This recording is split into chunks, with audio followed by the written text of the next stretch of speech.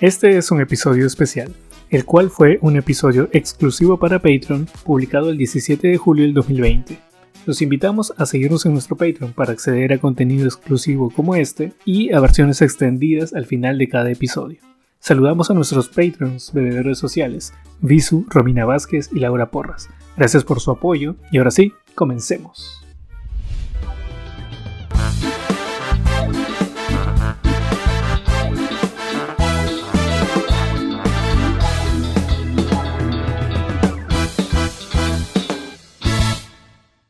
Bienvenidos a Cultura Cóctel, el podcast de cultura general, entretenimiento y misterio. Yo soy Diego Oropesa desde el complejo arqueológico de Pachacamac y en esta ocasión les traemos un shot exclusivo para Patreon. ¿El león, el rey de la selva? Se tiene muy extendido por la cultura general o la cultura popular al león como un animal majestuoso, tanto en películas, cuentos infantiles, fábulas. En general, la creencia popular que existe al respecto considera pues al león como el rey de la selva, pero ¿qué tan cierto es este término? En primer lugar, ya sabemos que el león no vive en la selva, vive en África. En todo caso sería considerado el rey de la sabana, porque donde vive él no es precisamente una selva. Quienes viven en las selvas pueden ser considerados pues el tigre, el jaguar, el otorongo, pero no el león. El león vive pues en la sabana de África y no tiene mucho que ver con la selva, ¿no? Mientras que uno tiene mucha vegetación, la sabana es más bien algo un poco árida en ese sentido. Pero aún así es un título que llama bastante la atención. Dejando de lado pues un poco todas estas precisiones geográficas, el león sí se le podría considerar como un rey, ya sea por la majestuosidad de su porte, por su pelaje, ¿no? Que al ser casi dorado, sobre todo cuando está en el sol y se ve brillando, y esto tiene mucha implicancia en cómo lo percibimos, ¿no? Además, pues su caminar, esta característica pues que tiene de la melena, que es como que el símil de una corona de un rey humano, y aparte por su estilo de vida, porque el león es, a comparación pues de los reyes o de la realeza, es digamos que sobre todo el macho alfa, dirige a su manada y es prácticamente servido, ¿no?, por las leonas. Las leonas son las que llevan la comida y es el primero en comer, y lo que queda pues es para el resto. Aparte de en casos de conflictos territoriales o por adueñarse de la manada, pueden pelear entre ellos matando pues a los príncipes entre comillas o a otros rivales al trono para poder quedarse con el cargo, lo cual sí se ve bastante reflejado en la historia. La característica de la melena es única en los felinos, no existe ningún otro felino que se diferencie así entre machos y hembras. Y las familias de leones pueden incluir hasta 3 machos, obviamente uno que es el alfa, y hasta más o menos una docena de hembras y sus crías. Todas las leonas de una manada suelen estar emparentadas y usualmente las hembras más jóvenes se quedan pues todo el tiempo ahí para poder digamos que servir a su rey, mientras que los machos jóvenes suelen ser expulsados o abandonan el grupo para tratar de formar su propia manada. Y aunque el león ha sido venerado a lo largo de la historia por su fuerza, por su valor, es conocido pues porque no le teme a nada, su rugido suele sonar bastante imponente y posiblemente ningún otro felino tenga esta tal potencia, porque puede escucharse a más o menos hasta unos 9 kilómetros, siendo pues el mayor depredador dentro de la cadena alimenticia en su ecosistema o en su hábitat. Además de esto, las supersticiones de algunas tribus pues indígenas de África han contribuido bastante a considerar al león como el rey de la selva, ¿no? Impotentes, temerosos, porque estas personas se sentían muy inferior a ellos, considerando que eran conocidos pues por incluso atacar o comerse a niños o a humanos porque no tenían la fuerza suficiente como para enfrentarlo. Pero en general la suma de todas estas características, tanto físicas como de su comportamiento social y sus costumbres, son las que hacen que el león se lleve este título. que ya hemos dicho que es erróneamente conocido como el rey de la selva, sino más bien sería como que el rey de la sabana o incluso hasta el rey de las bestias, y esto ya vamos a ver por qué. Cuando un macho nuevo llega a la manada, suele darse pues un conflicto, una pelea con el macho dominante para ver cuál es el que se queda con la manada, y el otro debe dejar la manada si es que sobrevive, o bueno, es posible que haya muerto también en este combate. El león vencedor se queda no solamente con las leonas, sino también suele matar a las crías para poder engendrar su propia descendencia. Y como mencionábamos, son las hembras las que se dedican a la cacería, aunque eso no quita que los leones también cacen.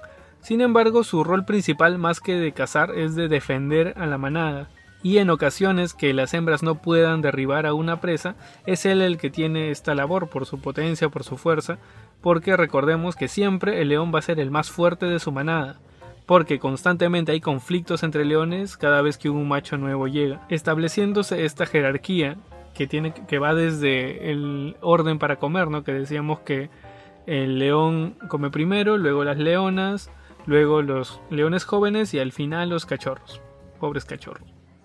Pero la fama del león como rey no es necesariamente únicamente por sus características animales, sino más bien porque este ícono de la imponencia del león fue usado sobre todo en la Edad Media por la realeza o por las casas nobles que elegían la silueta del león en escudos, y esto se ha visto reflejado históricamente, pero también en series de ficción como en Juego de Tronos con los Lannister, para así atribuirse estas características propias del león a las personas que formaban parte de esta casa familiar o del poderío de ese emblema. Además, tanto la tradición grecolatina como la Biblia se encargaron de, digamos que enaltecer la figura de este felino, ¿no? Se ha visto en muchas analogías, como por ejemplo en Mesopotamia ya se asociaba a los leones con la realeza, y en el Physiologus se hablaba del león como el rey de las bestias. Ahora aquí vamos a hacer un pequeño paréntesis sobre este Physiologus, que fue un escrito que en realidad no tenía nombre y se llama así porque comienza diciendo: el fisiólogo que redactó estos discursos dijo bla bla bla bla bla bla, y entonces como la primera palabra era esta, Physiologus, se quedó con ese nombre, aunque en realidad es un libro que habla mucho sobre animales y los compara pues con ciertas características morales, ¿no? Es muy lejos de ser un tratado natural o de ser un libro sobre biología. En realidad tenía más bien un fin católico de adoctrinamiento. Se escribió más o menos por Alejandría entre el siglo II y el IV, y pues contiene no solamente descripciones de animales, sino también de criaturas fantásticas, plantas, rocas, y siempre incluían frases y sentencias moralizantes, algo así como que los predecesores de las fábulas, tratando de que las personas al leer esto se identificaran con ciertos animales y así poder enviar un mensaje. Ahora, regresando al tema, tenemos que considerar pues al león bastante favorecido por cómo se le ha representado, ¿no? Toda la iconografía que existe sobre él. Aparece frecuentemente en las representaciones del Arca de Noé, además en atuendos de los caballeros medievales por las mismas razones que se usaban en los emblemas, y más o menos forma parte del 15% de los blasones o emblemas que identifican a las familias nobles durante el siglo XII más o menos.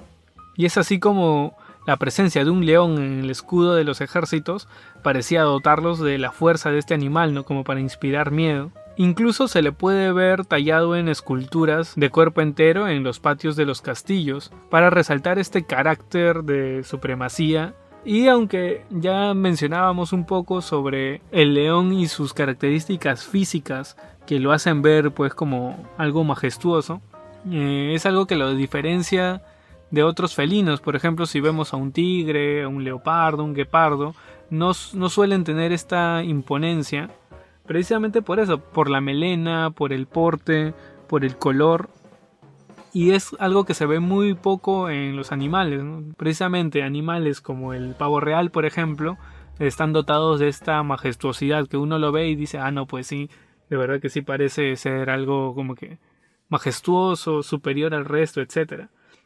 Pero aparte de todo esto, el título de Rey de las Bestias, que sería el más apropiado para él, no es en vano, porque de hecho es uno de los depredadores más mortales que hay.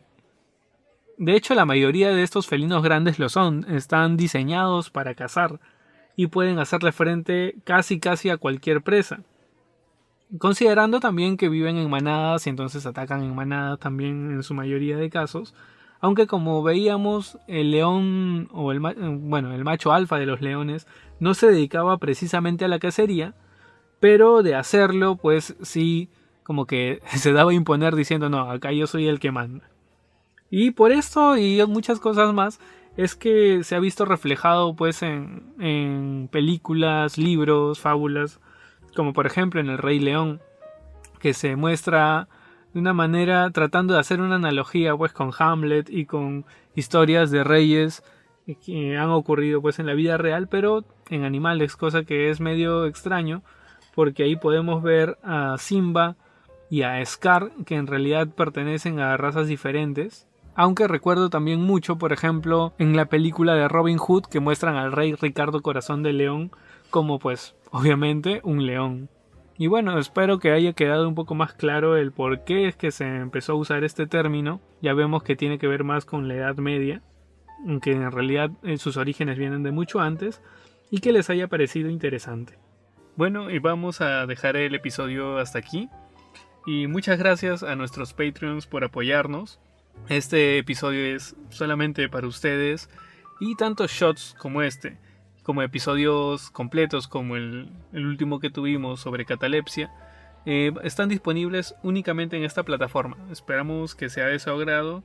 También pueden recomendarnos a sus amigos y compartir qué tal está siendo su experiencia como Patreons. Ya saben que estamos en contacto por la comunidad. Muchas gracias por todo su apoyo y nos estamos encontrando en una próxima edición. Adiós.